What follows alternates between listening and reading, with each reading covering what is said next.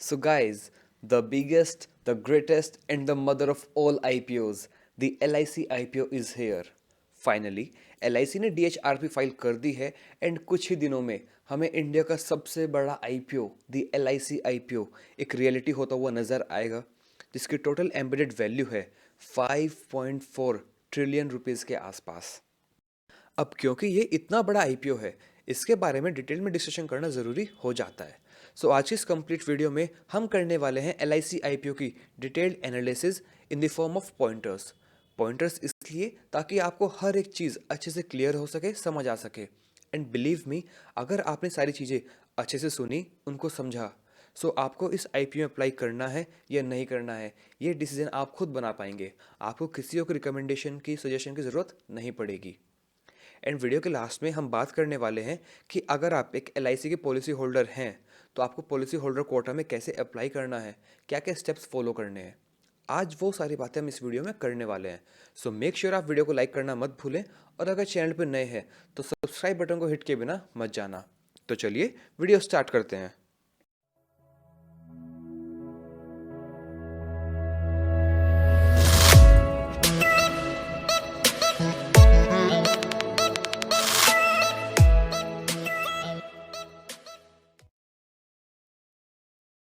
सो बात करते हैं फर्स्ट पॉइंट की। सो LIC है इंडिया का सबसे बड़ा लाइफ इंश्योरर।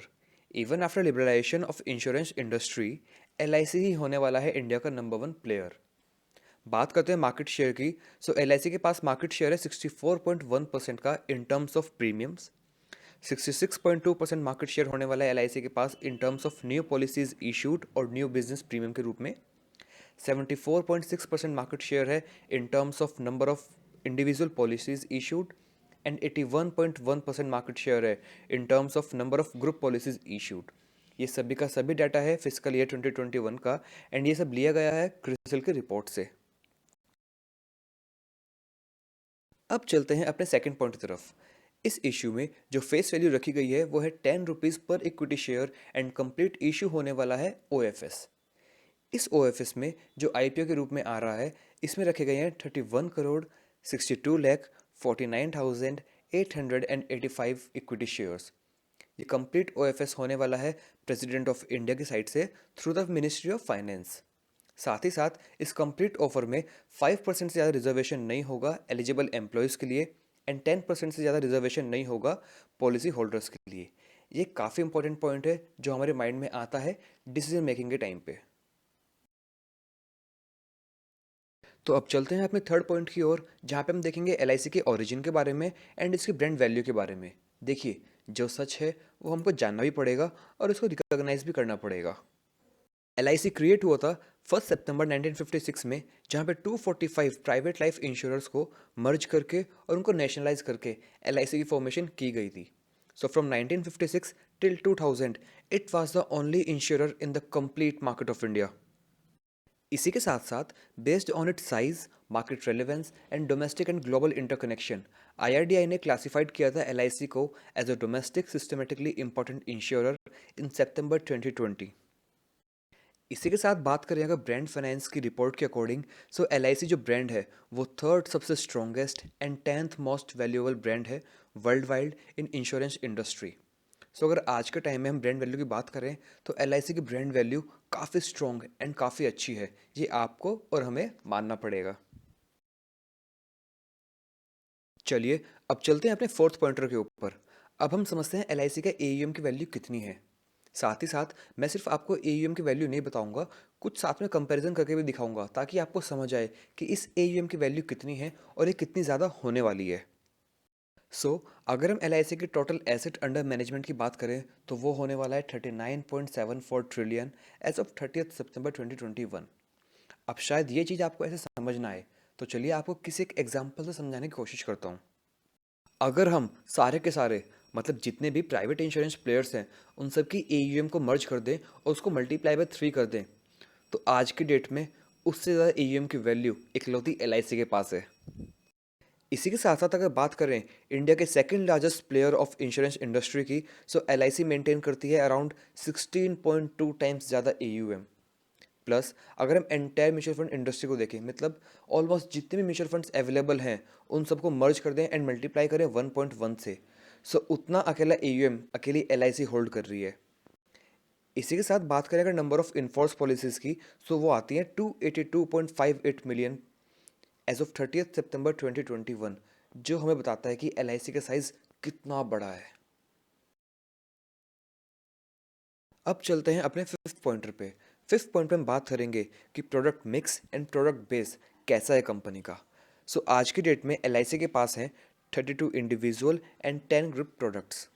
कंपनी ने काफ़ी सारे नीश में अपने प्रोडक्ट्स निकाले हुए हैं, for example women's and children's products, जो कि आप सभी को अच्छे से पता होगा। अब चलते हैं पॉइंट नंबर 6 पे, जहाँ पे हम डिस्कस करेंगे कि कंपनी का नेटवर्क कैसा है। So as of September 30, 2021, LIC के पास है 2048 branch offices and 1554 satellite offices across India. And सिर्फ इंडिया में नहीं, कंपनी के पास ब्रांचेस अवेलेबल हैं फिजी में भी और मॉरिशस में भी। बात करें कंपनी सब्सिडरीज की, सो वो हैं Bahrain, Bangladesh, Nepal, Singapore and Sri Lanka. इन सब एरियाज में कंपनी लाइफ इंश्योरेंस इंडस्ट्री को कैटर करते हुए नजर आती है। अब चलते हैं पॉइंट नंबर 7 पे, जहाँ पे हम बात करेंगे कंपनी के फाइनेंशियल्स के बारे में। अब क्योंकि फाइनेंशियल्स इतने बड़े हैं, तो चलिए थोड़ा आपके लिए सिंप्लीफाई करने की कोशिश करता हूँ। अगर बात करें फाइनेंशियल ईयर 2021 की, सो कंपनी की टोटल इनकम पहुंच चुकी है 7,03,000 करोड़ के ऊपर, as compared to financial year 2020, जहां पे थी 6,45,000 के ऊपर की रफली कंपनी की टोटल इनकम। ये इंक्रीज हुई है due to more premiums and investment की इनकम से। साथ ही साथ अगर बात करें कंपनी टोटल प्रॉफिट की, सो उसमें हमें 9.73% का इंक्रीज देखने को मिलता है। So in financial year 2021 company का टोटल प्रॉफिट आता है 2,900 करोड़ के ऊपर, as compared to financial year 2020, जहाँ पे कंपनी का टोटल प्रॉफिट था 2,700 करोड़ के ऊपर का। साथ ही साथ अगर हम बात करें पहले 6 महीने की, सितंबर 2021 तक के डाटा को कंपेयर करें, तो कंपनी टोटल इनकम पहुंच चुकी है 3,36 करोड़ के ऊपर एंड प्रॉफिट आफ्टर टैक्स हो चुका है 1,500 करोड़ के आसपास। सो फाइनेंशियल्स काफ़ी बड़े हैं, प्रॉफिटेबल है एंड एक जाइंट कंपनी है जो कि सुटेबली अपनी ब्रांड वैल्यू को जस्टिफाई कर रहा है। अब चलते हैं अपने 8th पॉइंट के ऊपर और डिस्कस करते हैं कंप्लीट इंडस्ट्री के बारे में। अगर बात करें फाइनेंशियल ईयर 2021 की, सो इस कंप्लीट लाइफ इंश्योरेंस इंडस्ट्री से जो प्रीमियम कलेक्ट हो रहा है वो है 6.2 ट्रिलियन रुपीज़ के अराउंड, जो कि फाइनेंशियल ईयर 2020 में था 5.7 ट्रिलियन रुपीज़। लास्ट 5 ईयर्स में 11% का CAGR आराम से मेंटेन्ड है। ऑल्सो क्रिसिल की रिपोर्ट के अकॉर्डिंग बात करें तो उनका मानना है आने वाले कुछ टाइम में इस कंप्लीट लाइफ इंश्योरेंस इंडस्ट्री में 14 से 15% का CAGR आराम से मेंटेन किया जा सकता है। ऑल्सो फिजिकल ईयर 2026 तक जो आज के टाइम पे प्रीमियम कलेक्ट हो रहा है वो बढ़ के हो जाएगा अराउंड 12.4 ट्रिलियन रुपीज़ के आसपास। तो इस कंप्लीट स्टडी से हमें ये तो समझ आ गया कि इंडस्ट्री ग्रोइंग है, चाहे वो इन्वेस्टमेंट की इंडस्ट्री हो या इंश्योरेंस की इंडस्ट्री।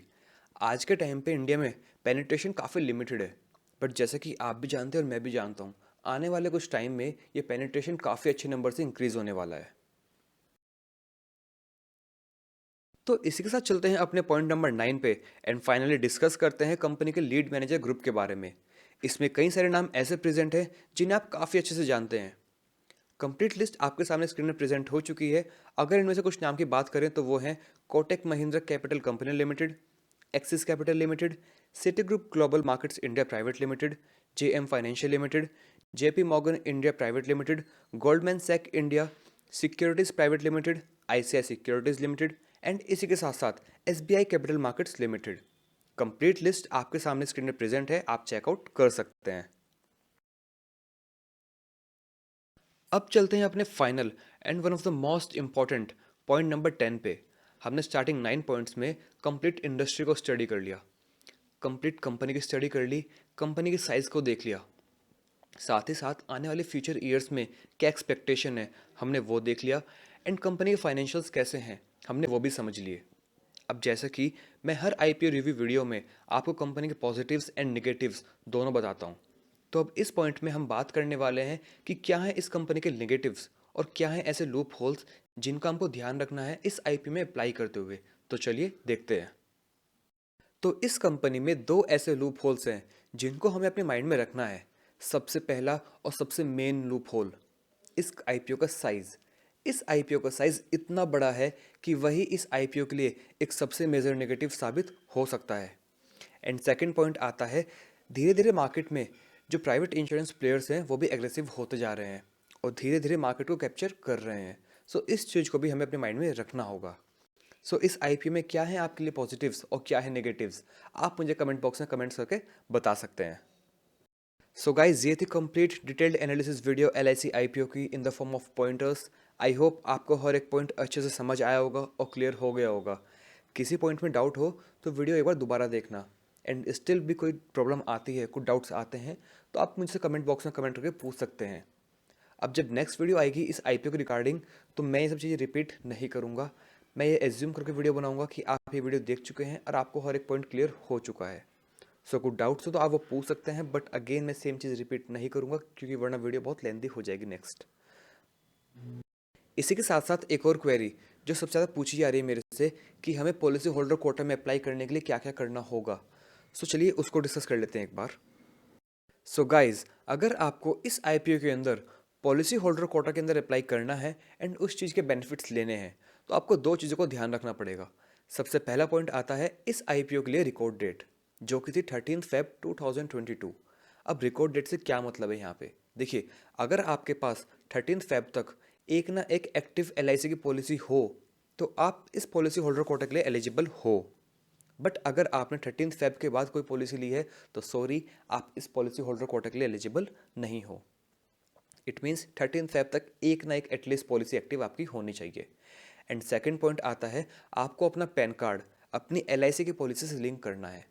अब वो कैसे लिंक करना है ये प्रोसेस मैं आपको आगे बताऊंगा, बट आपको याद रखना है कि आपको ये प्रोसेस 28 Feb 2022 तक कंप्लीट करना है। अगर आप 28 Feb से लेट हुए तो सॉरी, आप इस पॉलिसी होल्डर कोटा के लिए एलिजिबल नहीं होंगे। सो मेक श्योर आप 28 Feb से पहले अपना पैन कार्ड अपनी एलआईसी की पॉलिसी से लिंक कर लें। अब वो कैसे करना है चलिए देखते हैं। सो गाइज, सबसे पहले आपको इस वेब लिंक पे आना है। ये वेब लिंक मैं आपको डिस्क्रिप्शन बॉक्स में प्रोवाइड करा दूंगा, आप उस पर क्लिक करके इस वेब पेज पे आ सकते हैं। सो जैसे ही आप उस लिंक को क्लिक करेंगे आप इस वेब पेज पे एंटर हो जाएंगे। यहाँ पे आपको दिखाई देगा सबसे ऊपर डेट ऑफ बर्थ का ऑप्शन। आपको यहाँ पे आपके पैन कार्ड पे जो भी डेट ऑफ बर्थ आपने मेंशन की होगी वो आपको यहाँ पे एंटर करनी है। डेट ऑफ बर्थ एंटर करने के बाद आपको अपना जेंडर चूज़ करना है एंड देन आपको अपनी ईमेल आईडी फिल करनी है। ईमेल आईडी के बाद आपको अपना पैन कार्ड नंबर यहाँ पे एंटर करना है एंड देन उसके बाद जो भी आपके पैन कार्ड पे आपका फुल नेम मेंशन होगा आपको एज इट इज़ यहाँ पे मेंशन करना है। फुल नेम प्रोवाइड कराने के बाद आपको अपना मोबाइल नंबर एंटर करना है एंड देन उसके बाद आपकी जो भी एलआईसी की पॉलिसी है उस पर एक पॉलिसी नंबर मेंशन होगा, आपको वो सेम पॉलिसी नंबर यहाँ पे एंटर करना है एंड देन ऐड पॉलिसी पे क्लिक करना है। इतना करने के बाद आपको इस चेक बॉक्स पे टिक करना है एंड चेक बॉक्स टिक करने के बाद आपको एक कैप्चा फिल करना है। जैसे ही आप ये प्रोसेस कंप्लीट करते हैं देन आपके पास ये गेट ओटीपी का ऑप्शन खुल जाएगा एंड देन जैसे ही आप इस पर क्लिक करेंगे जो भी आपने मोबाइल नंबर प्रोवाइड कराया है उस पर एक ओटीपी आएगा। वो ओटीपी एंटर करते ही आपका पैन कार्ड आपकी एलआईसी की पॉलिसी से लिंक हो जाएगा। सो गाइज, आई होप आपको ये वीडियो काफ़ी यूज़फुल एंड हेल्पफुल लगी होगी। अगर ऐसा है तो प्लीज़ वीडियो को लाइक करके अपना सपोर्ट दिखा दीजिए। एंड यस, जितना हो सके उतना इस वीडियो को शेयर करना ताकि जो भी लोग इस आईपीओ में अप्लाई करने की सोच रहे हैं उन सबको क्लैरिटी ऑफ थॉट मिल सके। साथ ही साथ, क्या आप इतने बड़े आईपीओ के लिए एक्साइटेड हो? आप मुझे कमेंट बॉक्स में बताना मत भूलिएगा। तो फिर जल्दी मिलते हैं नेक्स्ट वीडियो में, तब तक के लिए take care, happy learning, bye bye.